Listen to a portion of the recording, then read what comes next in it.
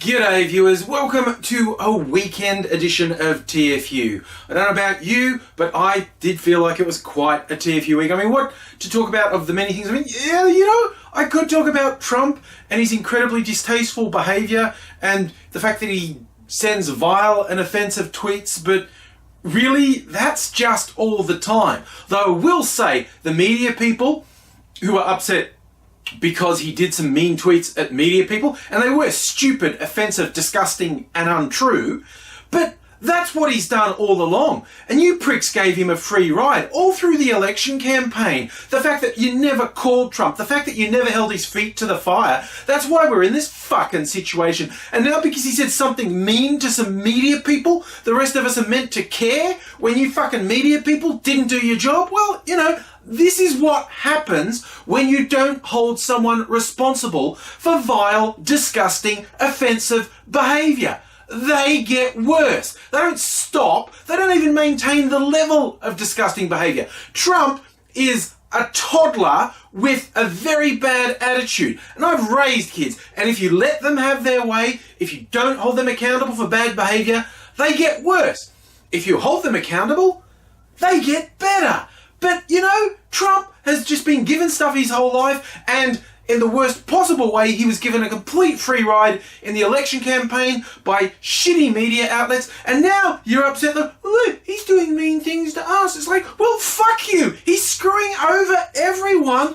You're only upset because it happens to you? Why the fuck are we meant to care so much about, oh, is that? Trump has completely debased public discourse. There's this ridiculous saying that in politics about, oh, you know, but as befits the dignity of the office.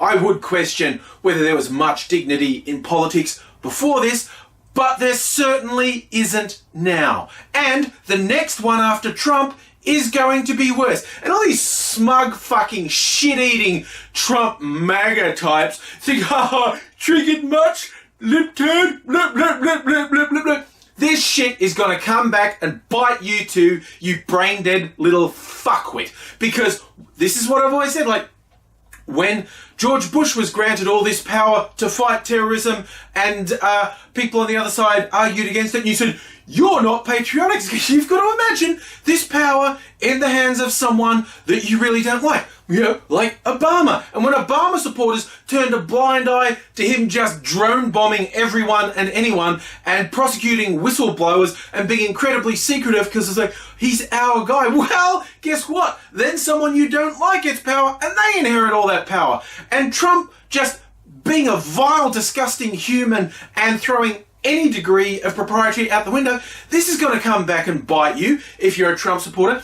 Some fucking slimy fuckwit like, I don't know, Bill Maher is going to run for president and win. And he'll have A, policies you don't like, and B, he'll say shit you don't like, and you'll get all upset, and it will be your fucking fault for condoning this fuckery from Trump when someone from the other side does it back to you. This is what politics is. It's shit. No one has a higher moral ground than the others. Obviously, I agree with more of one type of policy than the others, but the idea that one side of politics acts with more honour doesn't carry a lot of water with me. People get into politics for power, and they will grab that, and they will use that, and they will abuse that. So yeah, Trump's an asshole, sends shitty things on Twitter, someone should smack him around the head really fucking severely, but no one will.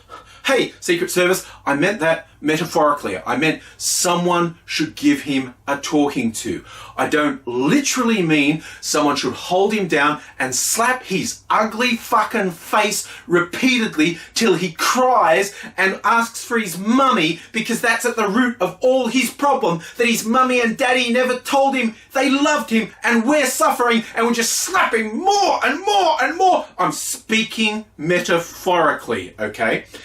But so much for Trump. I thought there's some fun stuff, interesting stuff I find hilarious happening in Australian politics. And it all got kicked off when one government minister, Christopher Pyne, at a private dinner said to the crowd, among other things, he said, hey, you know what? Marriage equality is going to happen in Australia probably sooner than you think.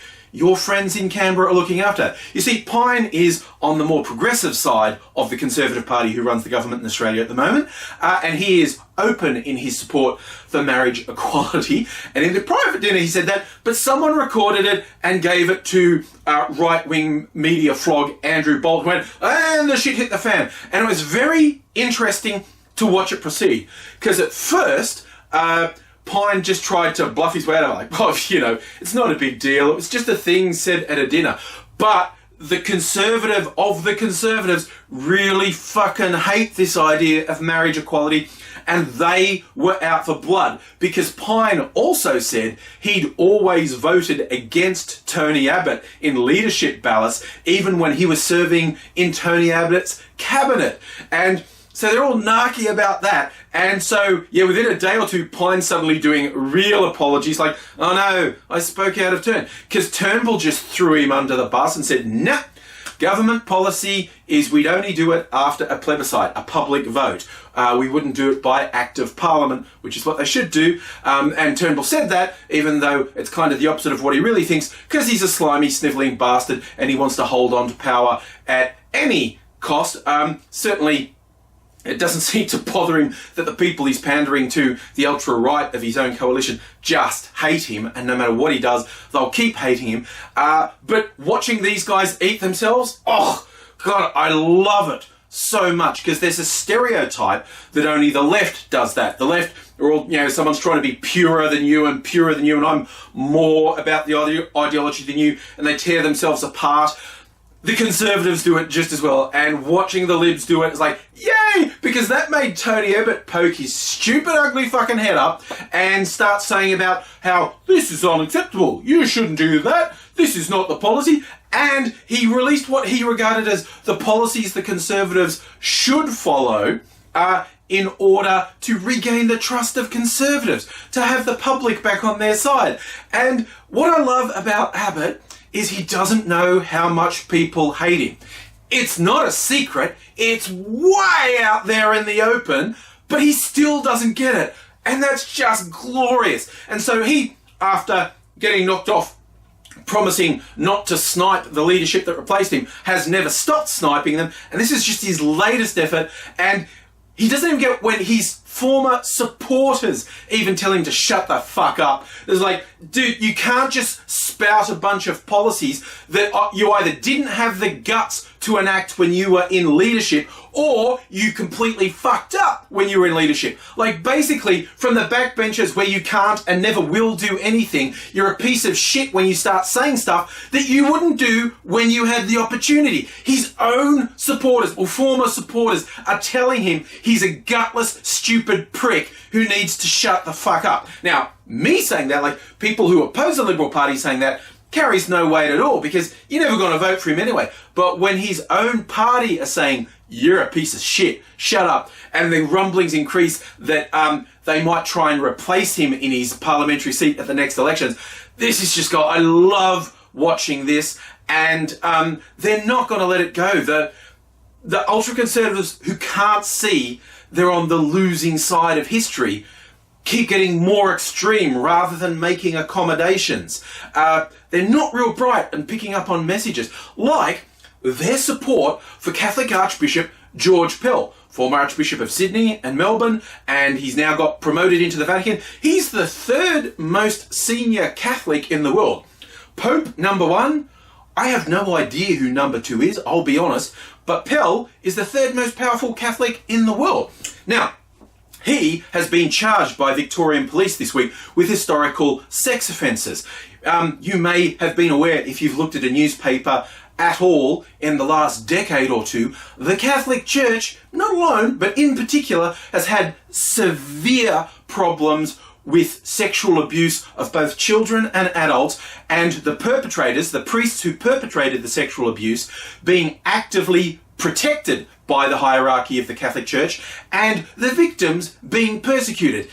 not a very Christ-like way to behave, really. And in the recent Royal Commission, which Pell and his supporters in the Liberal Party fought tooth and nail against, Julia Gillard, when she was Prime Minister, had a Royal Commission into child sexual abuse in the Catholic Church, revealed a lot of ugliness. And not least, George Pell was repeatedly called out for protecting pedophile priests, moving them around when they were discovered to be raping kids in one parish, and so the parish is up in arms, just moving them to another parish, but not telling that parish that this priest was a pedophile rapist, and he continued to rape kids. You know, that type of thing. Pell kept saying, no, I didn't. I just didn't know. It was a sheer coincidence. Under my orders, this pedophile priest was moved from place to place, and I persecuted victims of abuse and tried to discredit them and tried to ruin their lives more than they already were.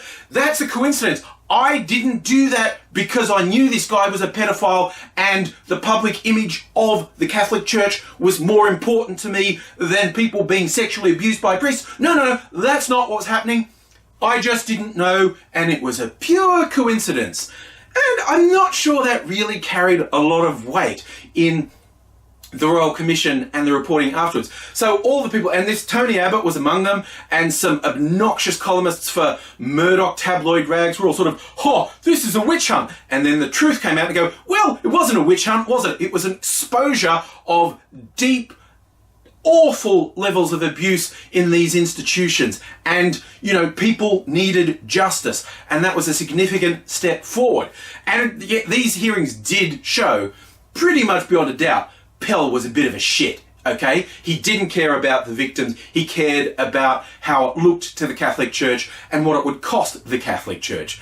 But I have to admit, I was surprised when the story came out he was going to be charged for actually committing sexual offences, because I didn't know that was even on the radar. And I tell you what, if he ends up getting found guilty, and he is entitled to the presumption of innocence, he is entitled to have the case tried in an actual court, not in public opinion. But if he's found guilty, I don't know still if his supporters will back the fuck off. Because when you look at some of their historical quotes, just offending him non-stop, no matter what the Royal Commission revealed. And then when he got charged, now this was known that the police were considering charges for a couple of weeks before they made the formal charges. And one of the reasons they were taking a lot of time before actually making the charge is they weren't sure if they wanted to basically go to war with the Catholic Church. Charging the third most senior Catholic in the world with serious sex offences is no small undertaking. And the leaks from the police department were, there were some senior people who had grave misgivings, and it took what appears to be extremely compelling witness and victim evidence for them to bring the charges. And I know one of the worst things I saw was just after the police held a press conference to say he would be charged. This Miranda Devine, who writes for a Murdoch rag, tweets this evil shit about, the police are just trying to divert from the fact they've got a crime problem they can't handle. This is just hashtag hunting Catholics. And she's kind of stupid, because that then became one of the major trending hashtags in Australia, hashtag hunting Catholics, as in, Elmer Fudd going, be very, very quiet. I'm hunting Catholics. So, but when someone's charged with serious sex offences going back decades, to actually just spray out, the police are just using him as a scapegoat, that's disgusting. Yes, he deserves a presumption of innocence. Yes, he deserves to go to court. But to go to the opposite extreme and suggest that the police would take such a serious step if they didn't think they were going to win the case, it's A, stupid, and B, really fucking offensive. So I don't know what it will take to have these people who've spent years defending George Pell, despite all the evidence of his reprehensible behaviour. I don't even know if they'll back down if he gets convicted. They're just going to keep saying it's a witch hunt. It's absolutely disgusting. Like, yes, let it run its course. And yes, if you say stuff about a court case that's going up and start to pronounce things about the guilt or otherwise of the people in it, you can get into trouble. There are serious things about that. And something on this scale, as I say, one of the most senior Catholics in the world facing child sex offence charges, I sure as shit don't want to stick my stupid nose in there. I do want it to go to court. Pell says he's going to come back to Australia and face the court. He looks forward to clearing his name, in his words. And based on some previous statements by the Pope, I think Pell is coming back, because the Pope did say on an unrelated matter he wasn't going to let Catholic priests hide. They would have to actually appear when they were required to appear in court. So it looks like Pell will come back to face these charges, and this will be a very significant thing, but I don't know if we will ever see any decent behaviour from the worthless pieces of shit who've defended him, no matter how bad his behaviour has been revealed to be. And they are seriously fucked up.